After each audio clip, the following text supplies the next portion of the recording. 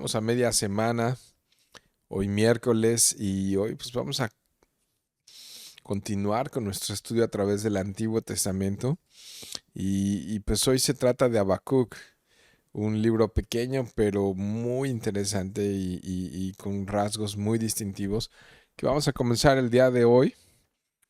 Solo son 3 capítulos, vamos a ver quizá un capítulo y un poquito más de uno.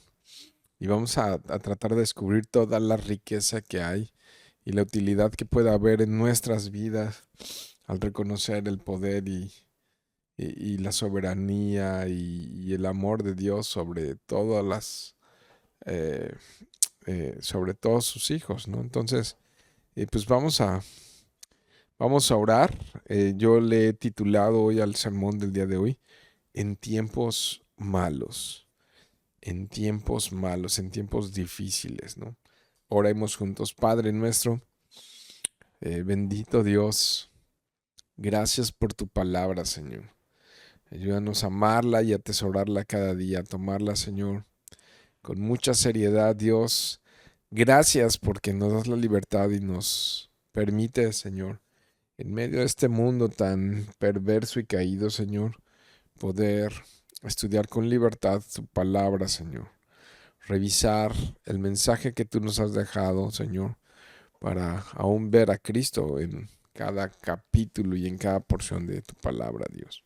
Entonces, mi Dios, aquí estamos. Háblanos, Señor, en el nombre glorioso de Jesús. Amén. Bien, pues Habacuc vivió en los tiempos de los últimos años del reino de Judá. ¿Recuerdan? Que Israel se dividió en dos reinos, en el reino del norte y en el reino del sur.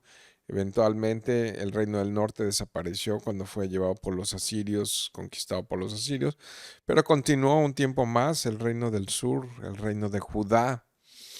Y bueno, a Habacuc le tocó vivir en una época de mucha maldad, en una época de idolatría y en una época de mucha injusticia social. Y podemos pensar un poco, meditar, en qué tiempos nos está tocando vivir a nosotros. ¿Qué es lo que vemos alrededor nuestro, no? Y cómo vemos al mundo hoy en día. Bueno, pues Habacuc no la tenía fácil. Realmente le tocó vivir tiempos muy difíciles.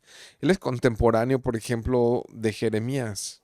Y si ustedes recuerdan cuando recientemente di la introducción al profeta Daniel, vimos que también Daniel fue contemporáneo al profeta Jeremías y también entonces fue contemporáneo a Habacuc. Interesante. Por eso, entre algunas de las cosas, creo que consideré conveniente que continuáramos estudiando Habacuc, porque Habacuc, que es contemporáneo de Daniel, Daniel lo estamos estudiando los domingos, nos va a traer como también una visión previa a lo que ocurrió cuando fueron llevados cautivos a Babilonia. Entonces, este Habacuc también es contemporáneo de Joacim, un rey, Joacim con M al final, que por lo que podemos leer en Segunda de Crónicas, en el último capítulo de Segunda de Crónicas, hizo lo malo delante de los ojos de Dios. O sea, hubo una lista grande de reyes en Israel, en Judá, que hicieron lo malo delante de los ojos de Dios. Y este es un tiempo en donde la maldad había aumentado de una manera muy significativa en el pueblo de Dios. Y entonces muy cerca de ellos, ya tocando a las puertas de ellos, estaba Babilonia. Babilonia ya de entrada ya era una amenaza, ya era un tormento para ellos. De hecho, 7 años después de que Habacuc comenzara a profetizar, de que comenzara a hablar de lo que Dios le había dado, es que fueron llevados cautivos a Babilonia. Son unos pocos años. O sea, ubicamos a Daniel ya en Babilonia, ¿no? Ya siendo deportado a Babilonia junto con otros jóvenes. Bueno, pues eso ocurrió, lo de la deportación de Daniel, 7 años después de Habacuc. de que Habacuc comenzara, porque todavía continúan ellos en Babilonia y todavía continuó mientras ya están en Babilonia, continuó el ministerio profético de Habacuc, ¿no? Bueno, eh, sin embargo es interesante cuando tú ves al profeta Habacuc, puedes descubrir que a pesar de toda la maldad de la que él era testigo, Habacuc no dirige sus palabras proféticas para acusar a Israel. Dirige todas sus palabras en esos 3 capítulos que vamos a estar revisando a Dios. Y lo hace muchas veces en forma de preguntas. Habacuc le hace preguntas muy profundas y muy serias que quizá nosotros nos hacemos hoy en día, preguntas bien honestas, pero bien respetuosas, que Habacuc le hace de manera personal a Dios. Así es que cuando Habacuc está preguntando y hablando con Dios, para mí es como un compendio de oraciones en tiempos muy malos. Oraciones matizadas de preguntas que Habacuc hace en tiempos de angustia, en tiempos de duda, en tiempos de temor, ¿qué está pasando? Así que esas preguntas se las hace Habacuc a Dios. Me gusta eso porque Habacuc es un hombre lleno de interrogantes, que no calla, sino que esas preguntas las expresa a Dios. ¿Y sabes qué sucede? Que recibe respuesta de Dios. Dios le responde. Y aunque a veces las respuestas de Dios pueden ser difíciles, siempre traen un profundo consuelo a nuestra vida. Porque nos llevan a reconocer a Dios en medio aún de la angustia y de la dificultad. La lucha de Habacuc era confiar en Dios a pesar de tanta maldad que había a su alrededor, ¿no? Entonces, eh, es como, ¿por qué estamos como estamos? Dios, ¿por qué permites lo que se ve hoy en día? ¿No? Y cuando ves todas las leyes que se aprueban, cuando ves cómo la juventud se corrompe y se deteriora, cuando ves cómo los matrimonios se destruyen, cómo se aprueban leyes aberrantes en contra de lo sano, de lo justo, de lo bueno, cuando ves cuánta maldad hay a nuestro alrededor, quizá te preguntas, ¿por qué Dios permite todo esto? ¿Por qué Dios permite el mal, no? ¿Alguna vez te has sentido así? ¿Alguna vez te has sentido como impotente cuando ves el aparente triunfo del mal? ¿No? Si volteamos a ver a nuestro alrededor, muchas veces podemos decir, creo que el mal está venciendo. Creo que el mal está ganando. Creo que el mal está triunfando, ¿no? Dice Pablo que la creación gime a una con dolores de parto, esperando la redención total. Y a veces es así como nos sentimos, ¿no? Como con dolores de parto, como gimiendo toda la creación, la naturaleza. Y cuando vemos huracanes y tormentas y temblores y terremotos y guerras y violaciones y suicidios y todo lo que vemos y adicciones, ¿no? Y el mundo está gimiendo en espera de ser redimido, ¿no? Y entonces la pregunta que surge de un corazón a veces cansado de ver tanto mal es, ¿hasta cuándo, Dios? ¿Hasta cuándo? ¿No? El propósito de este libro es mostrar que Dios tiene las riendas del mundo a pesar del aparente triunfo del mal. El propósito del leer el profeta Habacuc es que podamos mirar que Dios, a pesar de la maldad que hay en el mundo, está en control de todo. Entonces, veamos lo que dice Habacuc. Quiero rápidamente, es casi ya para el capítulo 3, que veamos un verso, creo. Voy a mencionar hoy dos versos clave en este libro. Uno es Habacuc 3:2, a manera de resumen de lo que vamos a ver estos capítulos. Dice: Oh Jehová, he oído tu palabra y temí. Oh Jehová, aviva tu obra en medio de los tiempos. En medio de los tiempos hazla conocer. En la ira, acuérdate de la misericordia, ¿no? Entonces esto resume en gran medida el pensamiento de Habacuc. Si te fijas, está hablando con Dios. Esto es una oración, ¿no?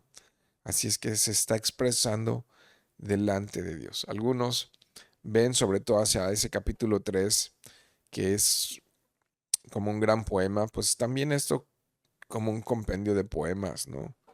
Que en el lenguaje de cómo está hablando Habacuc son lamentos.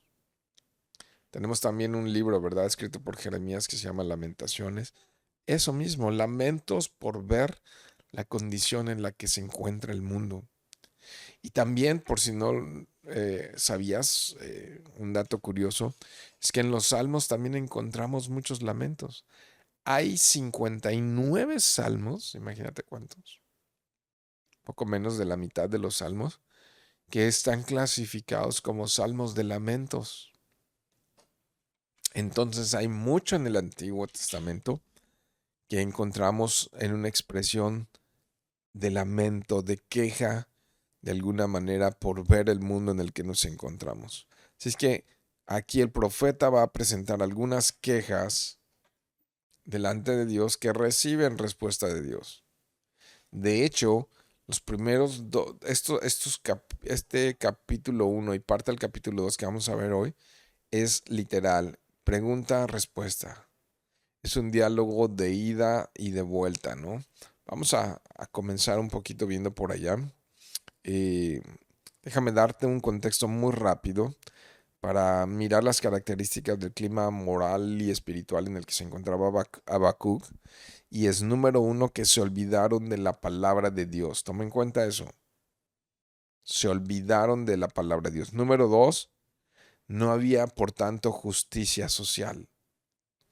Las viudas, los huérfanos, los pobres eran objeto de abuso de las personas que estaban en posiciones destacadas. Por tanto, podemos observar que había líderes muy corruptos, tanto en el gobierno como en la religión. Había, pues ya te mencioné a uno de ellos, Joacim, que hicieron lo malo delante de los ojos de Dios. Y el pueblo entero se volvió idólatra, se fueron tras de falsos dioses. Todo esto es lo que está en el contexto de este libro de Habacuc.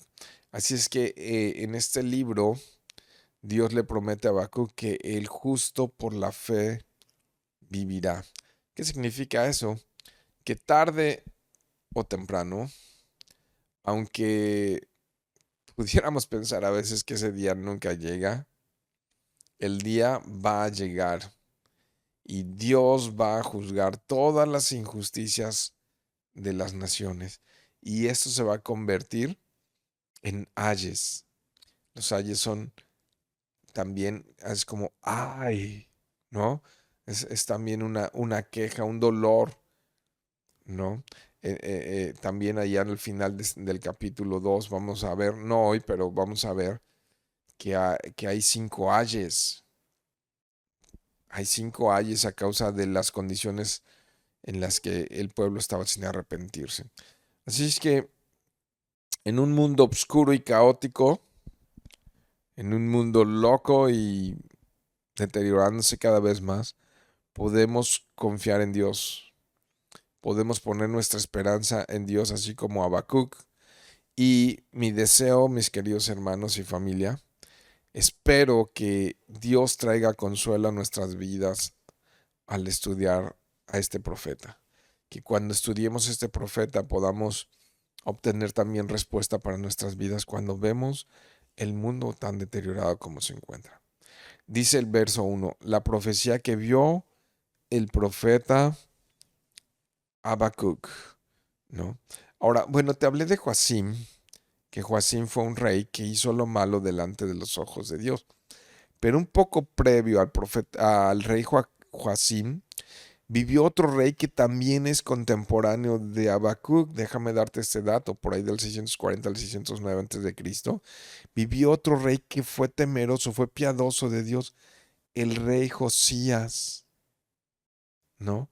Entonces, hablando un poco de este verso 11 de quién era Habacuc, se conoce muy poco de Habacuc, pero sí sabemos que vivió en el tiempo de Josías y vivió también en el tiempo de Joacim. Entonces él vio dos contrastes muy grandes, ¿no? Le tocó vivir en una época de un gran avivamiento espiritual y también le tocó vivir en una época, vamos a ponerlo así, de apostasía y de decadencia espiritual. Así es que él podía contrastar esto. Y algunos de nosotros hemos visto qué tan rápido se ha deteriorado el mundo y muchos también de los llamados cristianos. Y a veces recordamos con cierta añoranza tiempos donde vimos un avivamiento espiritual impresionante. Vimos a las personas, a veces por cientos, rendir sus vidas a Dios, conocer a Dios, inclinarse a Dios, consagrarse a Dios, vivir para Dios. Inclusive conocimos momentos espectaculares donde las personas buscaban de Dios eh, de una manera apasionada. Y hoy, especialmente para mí después de pandemia, es como mirar un valle de huesos secos, como ver un enfriamiento espiritual terrible, como ver a muchos cristianos más con sus pensamientos en el mundo, ver muchos matrimonios, familias, ver a muchas personas eh, llamadas cristianos muchas veces en un decaimiento espiritual difícil de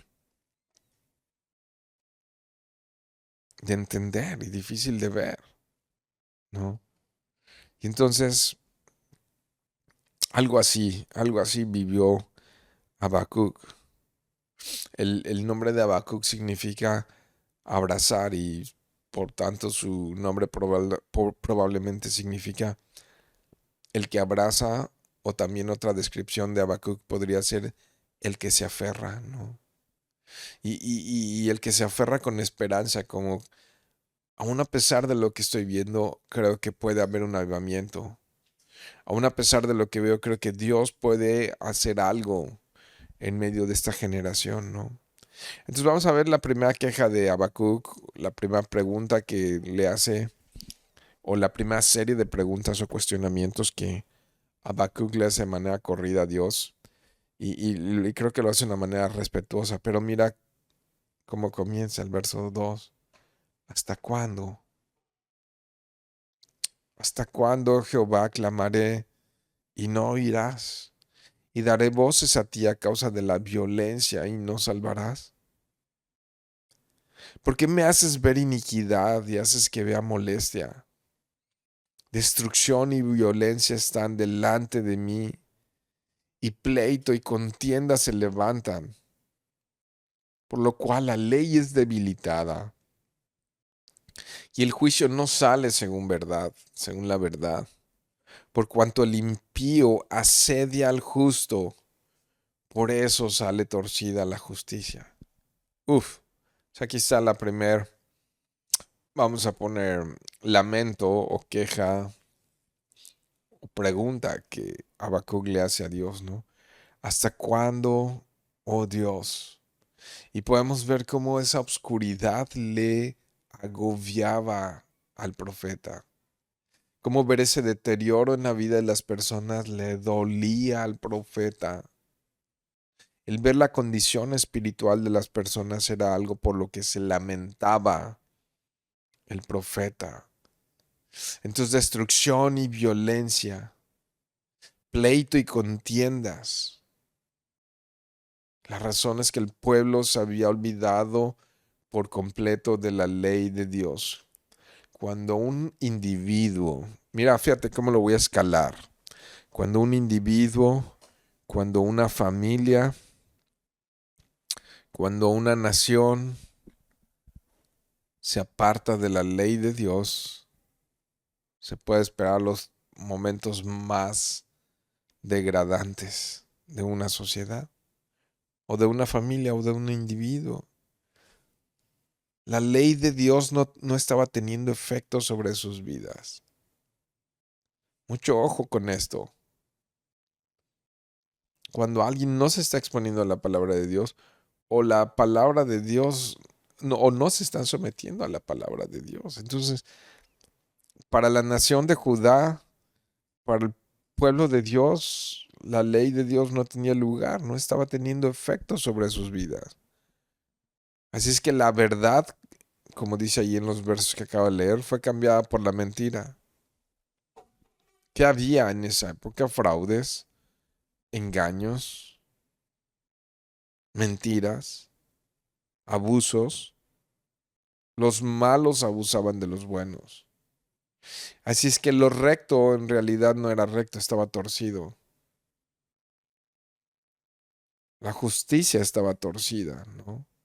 Y entonces aquí está preguntándole Habacuc a Dios, ¿por qué Dios me, me permites ver la iniquidad? ¿No? Ahora, déjame plantear esto. ¿Por qué Dios nos permite ver la iniquidad? Pero Dios nos permite ver la iniquidad con dos caras de la moneda. Primero, creo yo que nos permite ver la iniquidad a veces en nosotros mismos. Y número dos, nos permite ver la iniquidad en otros. Pero tiene propósito. Déjame plantear esto. Dios nos permite ver la iniquidad en nosotros mismos para mantenernos humildes. Wow. Para mantenernos sumisos a Él. Al momento de la prueba, al momento de la angustia, para mantenernos dependientes de Él, de su gracia.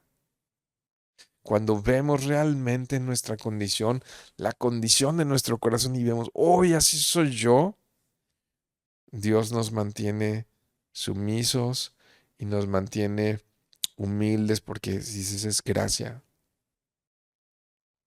Nada de lo que tengo merezco y Dios no me ha tratado como merezco porque veo la realidad en mi vida. Cuando veo la realidad en mi vida, digo gracias Dios. Gracias por tratarme como me tratas como hijo, por aceptarme. Gracias por tu amor inmerecido, ¿no? Así es que Dios permite que veamos la iniquidad en nosotros para hacernos valorar más la salvación. Número dos, yo creo que Dios nos permite ver la iniquidad en los demás, en otros, para recordarnos o mostrarnos lo que nosotros mismos podríamos ser o haber sido. Uf, y cuando veo a alguien que se divorcia, digo, probablemente yo me hubiera divorciado sin Cristo, por la dureza de mi corazón, por mi maldad. No, pero Cristo. ¿Y dónde estaría? Quizá ahogado en vicios, quizá en derrota, quizá en depresión, quizá ¿en dónde estaría, no? Entonces Dios me permite ver eso en otros, también para recordarme cuán bueno es Él conmigo,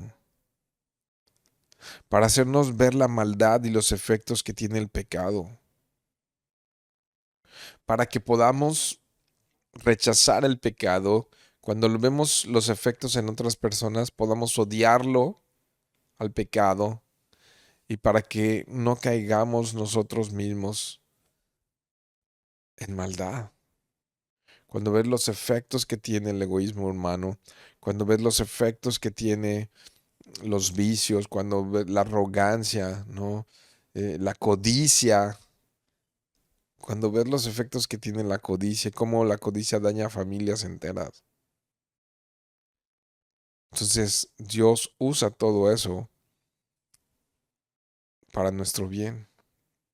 Sabes, quiero insistir en esto. Dios nos permite a veces ver la maldad en otros para admirar la gracia de Dios cuando salva a los pecadores.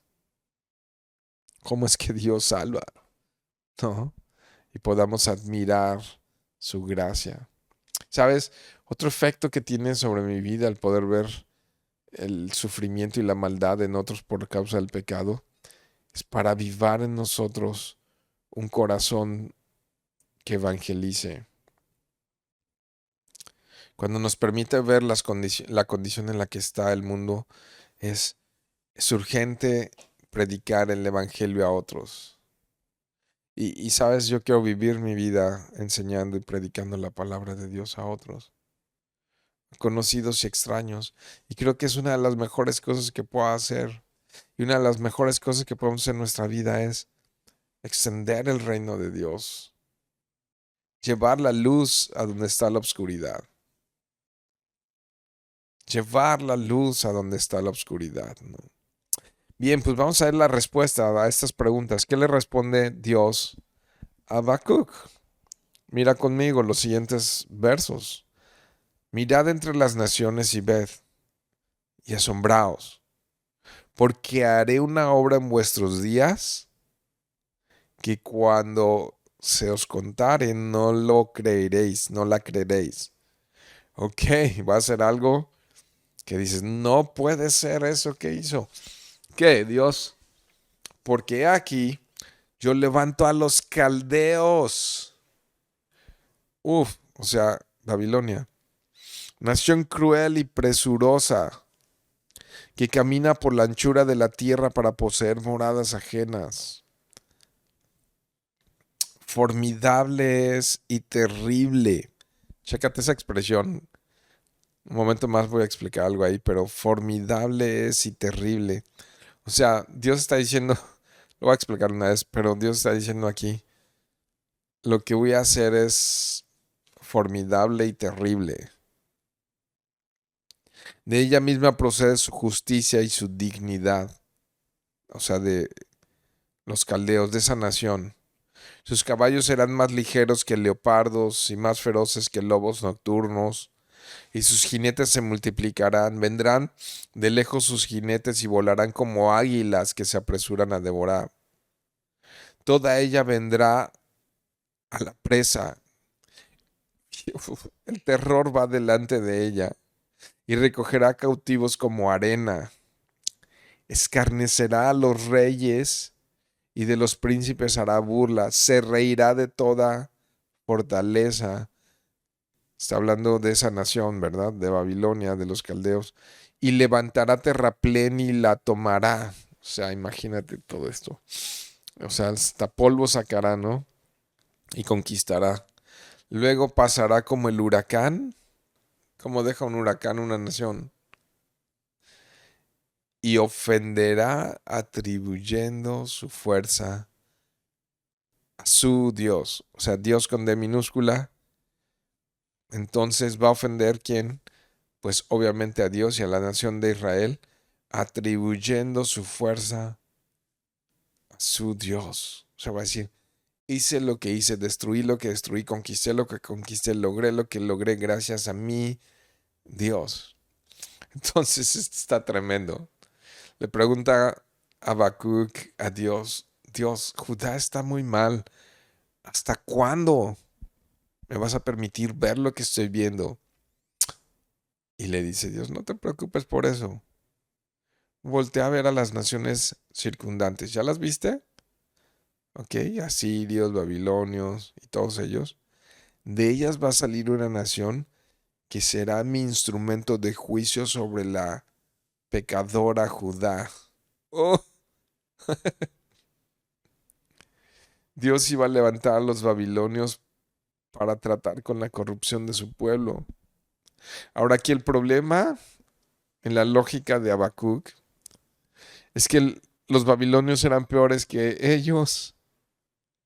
O sea, ¿cómo Dios? ¿Cómo? O sea, los de Judá están en corrupción y vas a traer a los babilonios para tratar con nosotros. Por eso Dios dice, voy a hacer algo que no lo van a creer. Dios iba a permitir que una nación peor que ellos los humillara. Dios levantaría a los caldeos. Ahora es interesante que es claro aquí que no es por fuerza de los caldeos, no es por fuerza de su Dios, es porque Dios permitiría que conquistaran a su pueblo. Entonces, cuando oyes esto, Dios, ya estoy cansado de ver el mal, y Dios anuncia, pues lo que viene es peor. Pues de repente la respuesta no creo que le haya agradado del todo a Habacuc, ¿verdad? Así es que si ya estaba con una cierta queja acerca de Israel, ahora su queja sería mayor porque ahora es contra Babilonia. Es como si Dios dijera, los babilonios, como si, perdón, el mismo Habacuc dijera, los babilonios están peor. No. Sabes, yo creo que Dios sí quiere que vayamos a Él con nuestras luchas, con nuestras dudas, quizá con nuestros temores, ¿no? Pero debemos de considerar que quizá la respuesta que Dios nos dé no sea la que esperamos. Muchas veces la respuesta que Dios nos dé nos va a ser la que idealizamos. Ahora, pero Él no quiere, en medio de todo esto, que nos resignemos o más bien que desarrollemos un corazón amargo, sino más bien que tengamos una confianza llena de esperanza en Él, que Dios sabe lo que hace aunque nosotros no lo entendamos. ¿Has pasado por algo desagradable? Y dices, ¿cómo? Hace tiempo, no me lo cuento así muy histórico, he compartido esta historia a veces, muchas veces, quizá ya lo sepas, pero alguna vez pasé por un accidente importante donde estoy a punto de perder la vida. Yo recuerdo que en ese tiempo estaba buscando mucho al Señor, evangelizando y haciendo cosas, y me ocurre ese accidente y me quejé con Dios, y en mi corazón hubo así, pero ¿por qué me pasa a mí esto? Después de algunos años, descubrí el propósito que Dios tuvo para que yo cruzara por ese accidente y Dios lo usó para bien. O sea, a veces hay situaciones difíciles por las que pasamos, pero créeme, Dios sabe lo que hace a pesar de que no lo entendamos. Así es que Habacuc se pregunta, Dios, ¿dónde está el juicio tuyo contra la pecadora Judá?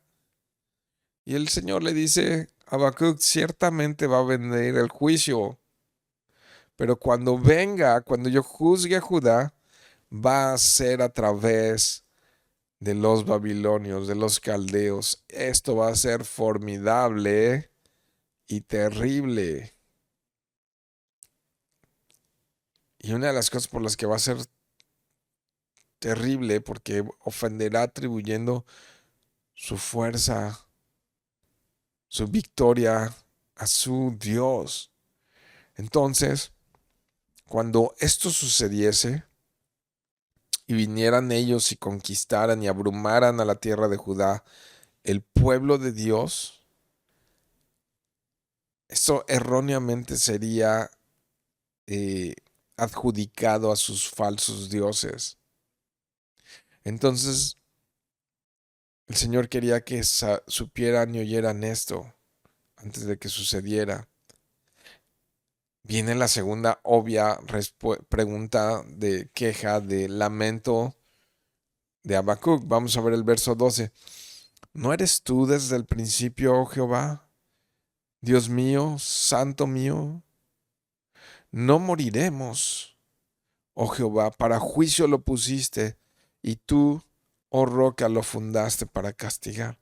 Entonces, aquí está reconociendo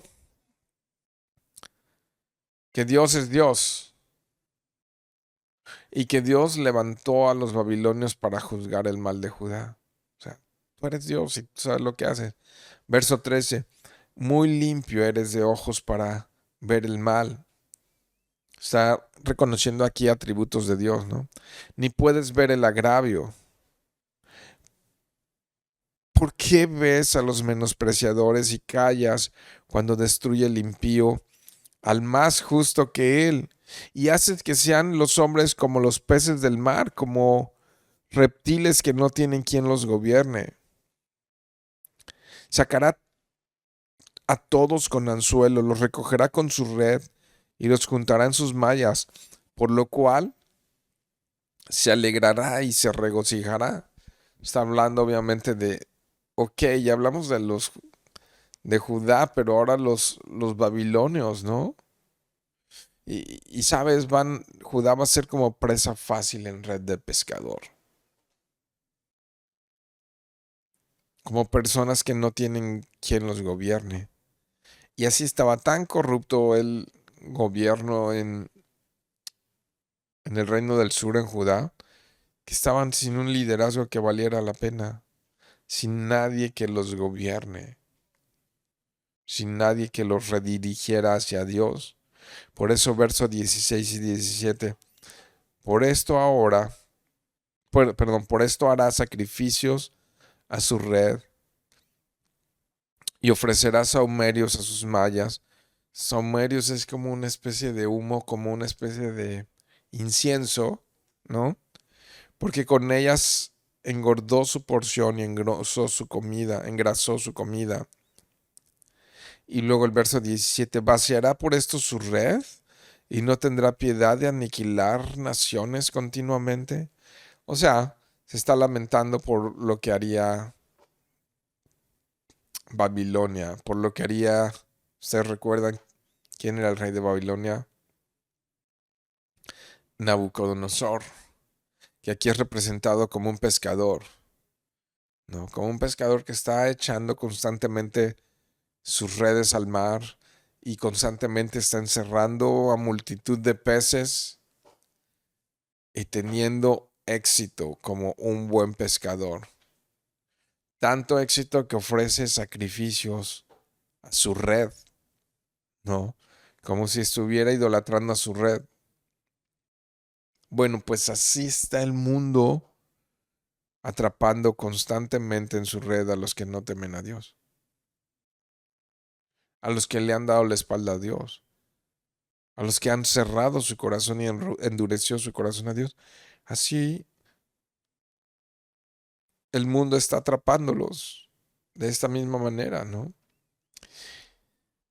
Estaba de por sí ya, digamos, desconsolado, ya estaba turbado Habacuc porque no había juicio contra Judá.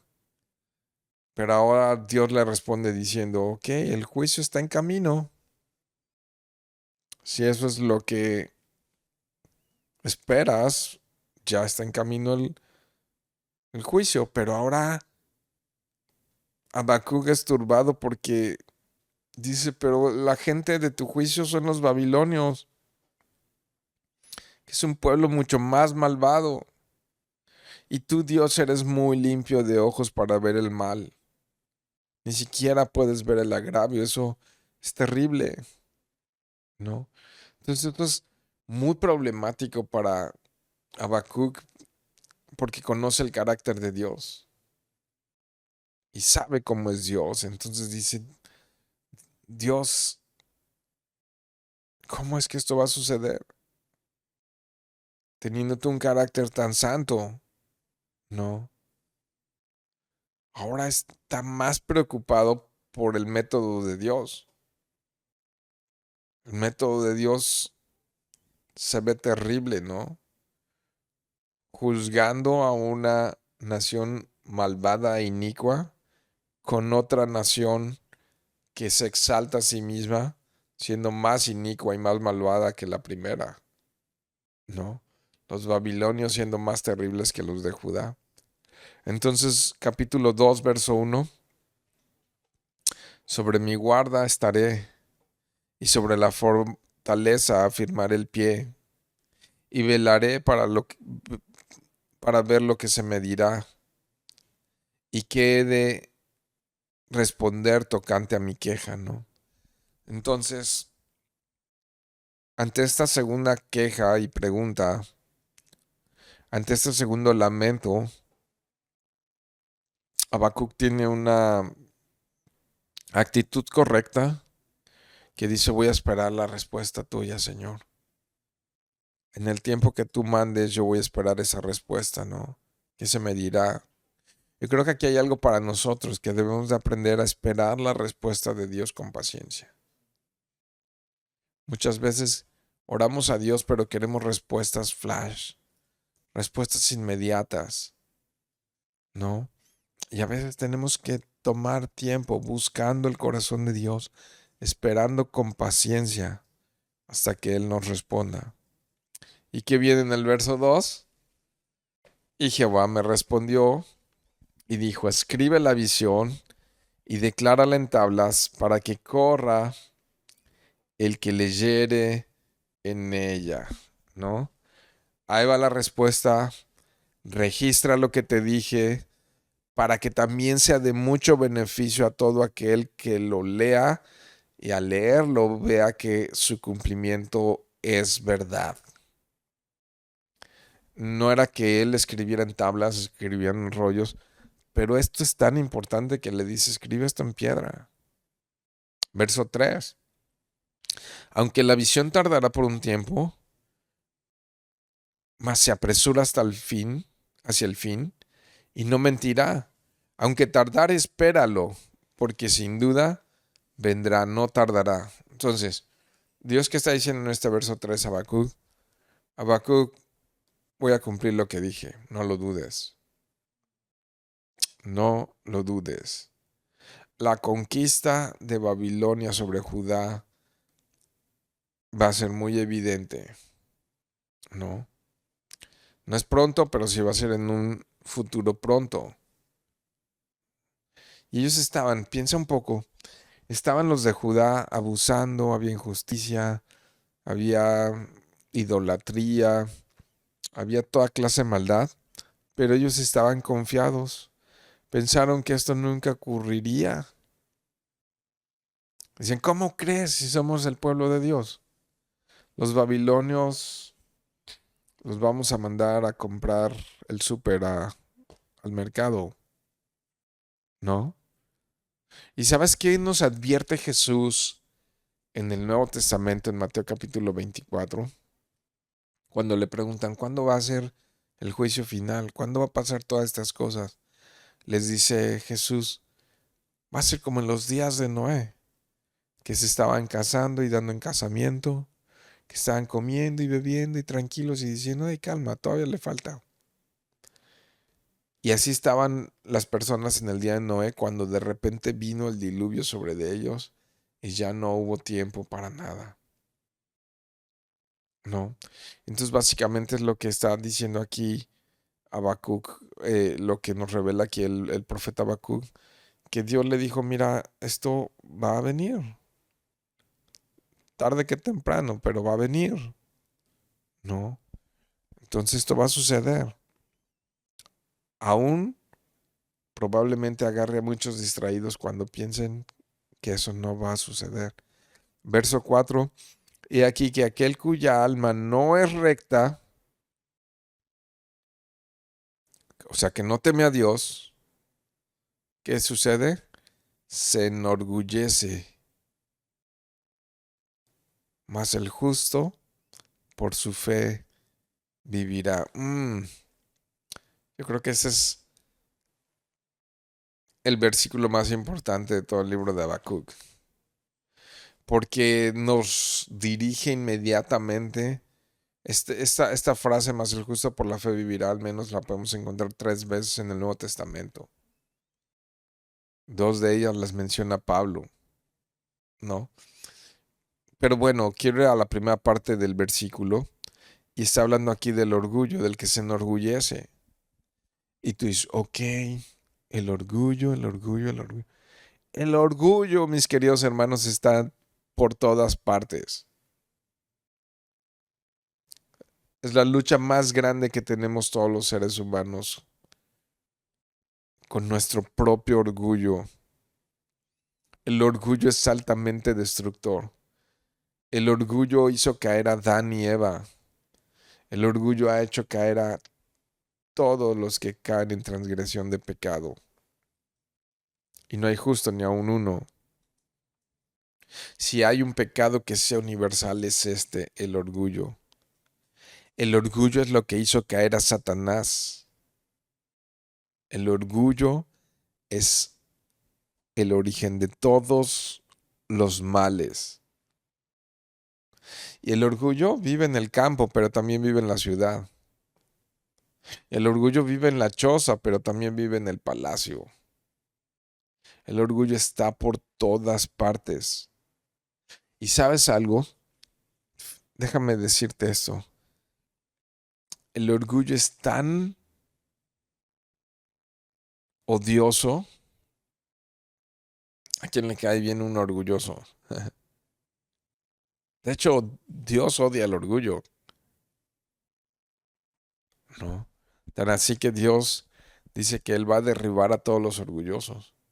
Y eso estaba haciendo con el pueblo de Judá y también lo haría eventualmente con el pueblo de Babilonia y eventualmente lo haría con los medo-persas y eventualmente lo haría con los griegos y eventualmente con los romanos y eventualmente con toda persona y nación que se llene de orgullo y diga: Dios, no te necesito.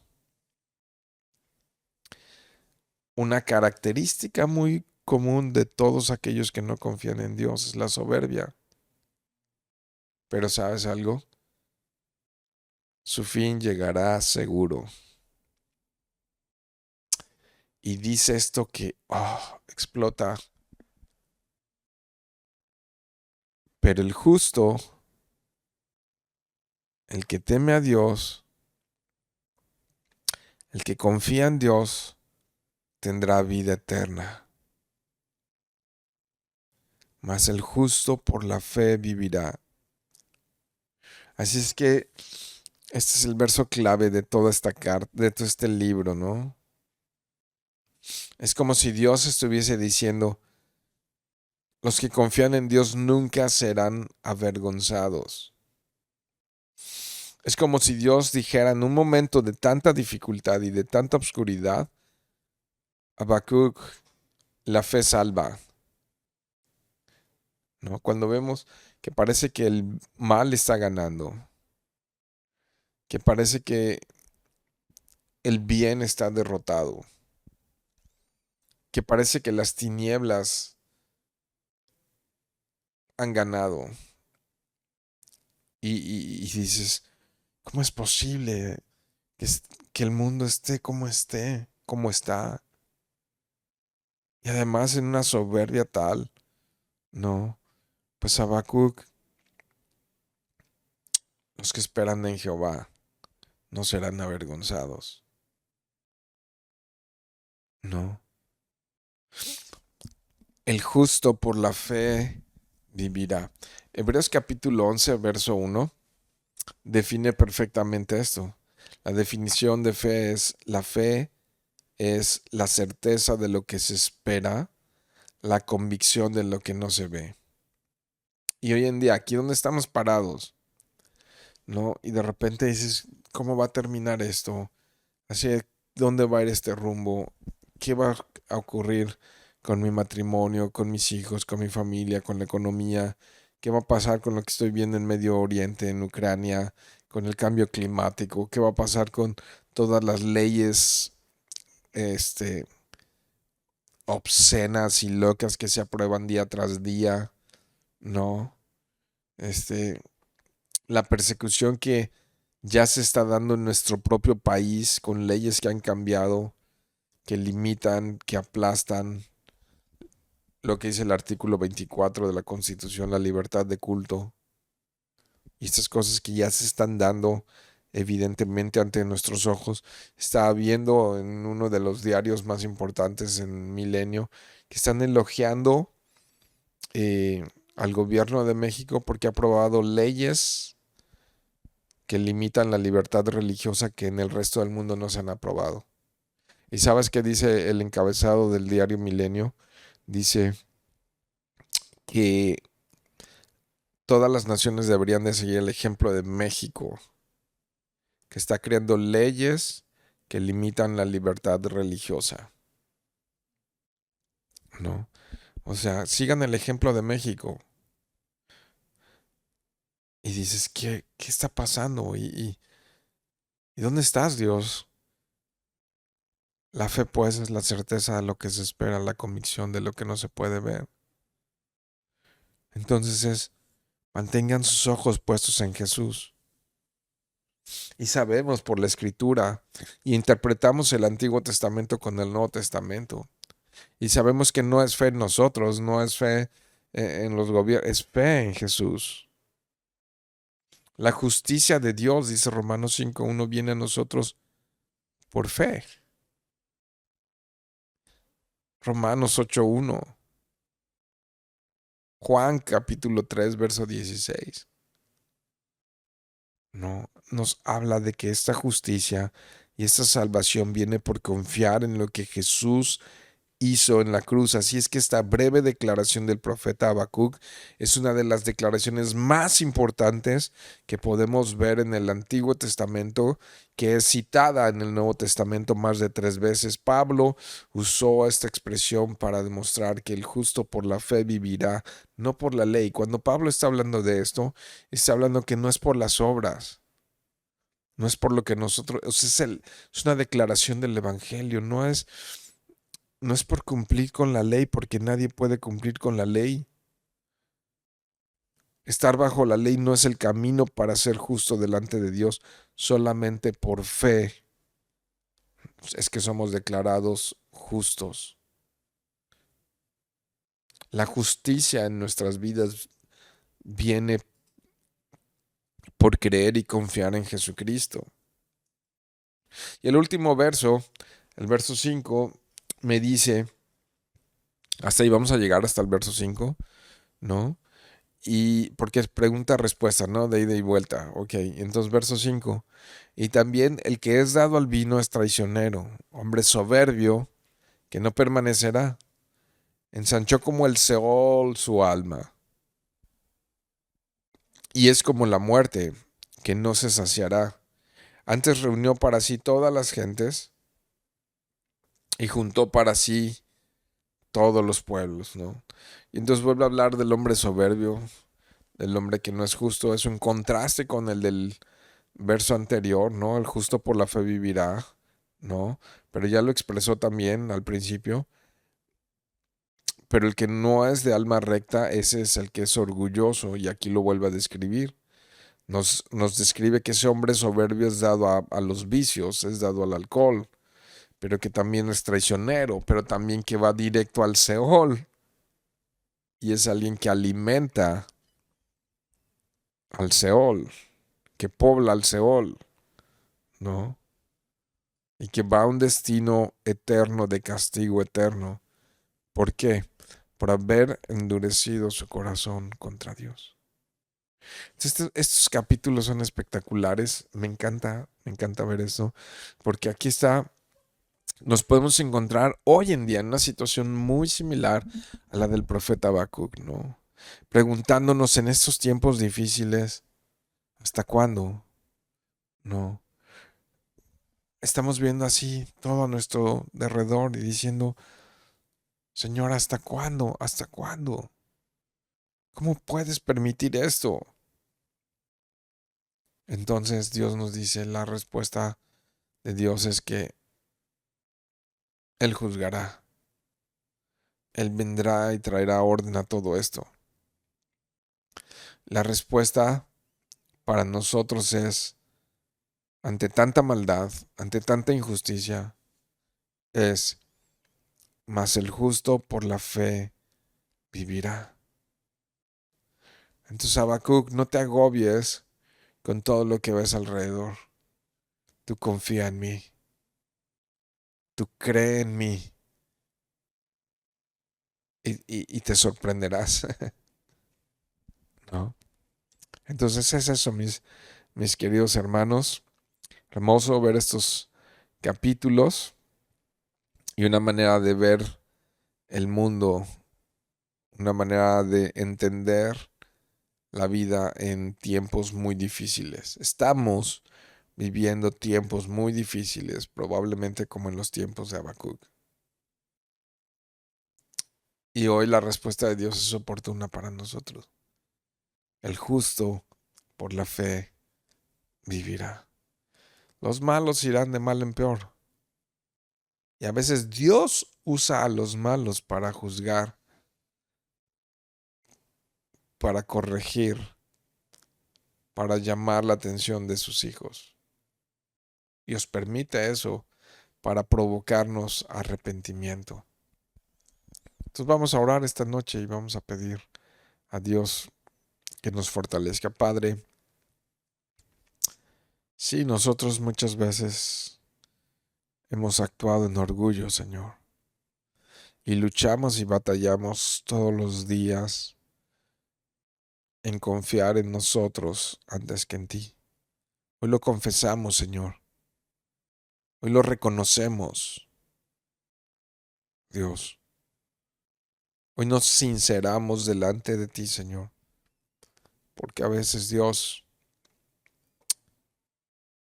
demostramos mucho orgullo en nuestras vidas, Señor. Y tú sabes bien que batallamos con eso, así es que te pedimos perdón, mi Dios. Y no queremos que crezca el orgullo, Señor, en nuestras vidas. Queremos que eso mengue, Señor. Que nuestras vidas mengüen para que tú seas exaltado, glorificado, Dios. Padre, tú lo has dicho y lo has anunciado tantas veces que un día vas a poner orden a todo, trayendo juicio a todas las naciones, Dios. Y hoy nosotros queremos decir, Señor, nuevamente, con todo el corazón, Señor, que creemos en tu Hijo Jesucristo, Señor. En Él está nuestra esperanza y en Él está nuestra confianza, Dios. Ayúdanos a tener una vida recta y justa delante de ti, Señor, por gracia, por misericordia, Dios. Danos la habilidad, danos el poder, danos el carácter, danos el coraje, Dios, para vivir las vidas que a ti te agradan, Señor. Y gracias, mi Dios, muchas gracias por el sacrificio de Jesús. Creemos en Él y confiamos en ti, Señor. Y sabemos que viviremos y que tendremos vida eterna, Dios, por lo que tú has hecho en esa cruz. Te damos honra y gloria, Señor. También te damos gracias como iglesia, Señor, por todo lo que has hecho recientemente. Te damos, tú sabes todo eso, Señor, es una lista grande. Señor, muchas gracias por lo que has hecho, Dios, entre nosotros, por mostrarnos tu fidelidad y por lo que harás, Dios. Muchas gracias te doy en el nombre de Jesús. Amén.